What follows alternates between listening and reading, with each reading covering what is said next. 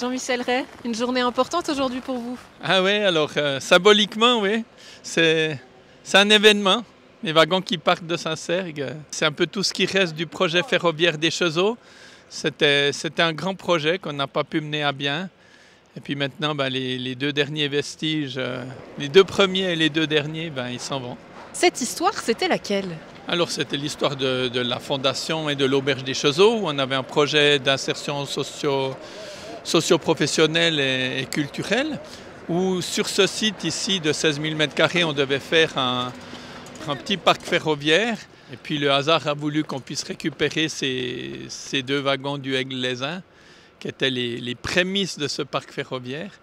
Et puis maintenant, ils partent à Les Mureaux, dans la banlieue de Paris, chez un ami qui fait aussi entrepreneur social, qui a un projet à peu près identique. Ces wagons, pourquoi est-ce qu'ils sont historiques? Alors ces wagons, ils faisaient partie, enfin les châssis de ces wagons, ils faisaient partie de la première composition du Aigle-les-Uns dans les années 1900, où il y avait une locomotive et 3 wagons historiques. Il y en a un qui reste encore, qui est encore au Blonay-Chambly, au musée, dans son état originel en bois. Et puis les deux châssis qui sont là, ils ont été repris de cette première composition pour être recarrossés comme on les voit aujourd'hui. Ils ont été recarrossés dans les années 60-70. Et puis je les ai eus comme ça. À un moment donné, le Aigle-les-Uns avait un très très grand succès. Et puis ils avaient besoin d'augmenter les compositions des compositions de wagons, et ils avaient fait ces deux petits wagons quand il y avait des jours d'affluence pour compléter. Alors voilà. On est arrivé ce matin, on a commencé à tout placer tout ce qui est grue, et puis ensuite on a placé donc du matériel de manutention sous le wagon pour pouvoir faire le levage. Donc là voilà, tout est en place, on est prêt à lever, les équipes de manutention ont fini. Maintenant c'est à moi de jouer avec la grue. Donc là moi j'ai toutes mes informations qui me permettent de savoir où j'en suis. Puis voilà, après c'est comme les pianistes. Ouais, est-ce que c'est une opération qu'on fait tous les jours? C'est pas une opération qu'on fait tous les jours. Des wagons, on est plus habitué à faire de l'industriel, plutôt monter tout ce qui est des climatisations sur des toits, des choses comme ça, ou plus dans le travaux publics, tout ça.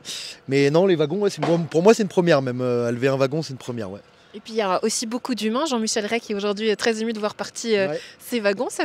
Qu'est-ce que vous partagez ensemble? Je partage totalement la passion avec Jean-Michel, parce que c'est chouette, il nous raconte des histoires, tout ça, c'est chouette, c'est une belle histoire. C'est une belle histoire, donc ça fait plaisir. Pour un lundi, c'est bien. Vous allez faire le chemin avec les wagons jusqu'en France, mais de les voir partir ces wagons, qu'est-ce que ça symbolise pour vous? C'est la fin d'une histoire. Pour moi, c'est une saison de vie qui se finit.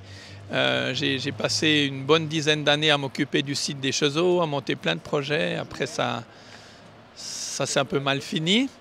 Maintenant, c'est la commune qui a récupéré son bien. Puis ça, j'en suis très, très content. Mais voilà, moi, je vais partir faire autre chose. Et puis d'accompagner ces wagons à leur nouvelle destination, c'est un voyage symbolique où on passe à autre chose. Le plus beau souvenir dans ces petits wagons, ça serait lesquels? Ça serait lequel? Là, j'ai vécu beaucoup des entretiens d'accompagnement avec les gens dont je m'occupais à l'époque en insertion socio-professionnelle. On faisait les évaluations, les préparations de chantier. Le matin, quand on commençait à travailler, on se retrouvait dedans. J'ai eu mon bureau quand même pendant 4-5 ans dans ce wagon, dans celui-là. Et puis voilà, donc c'était inédit. C'était inédit de vivre des choses comme ça. Ce que je suis étonné un peu, c'est qu'il n'y ait pas plus de monde qui soit venu voir ça, mais ça dénote un petit peu de ce que je pense. C'est qu'il n'y a personne qui était vraiment attaché à ces wagons, à part moi.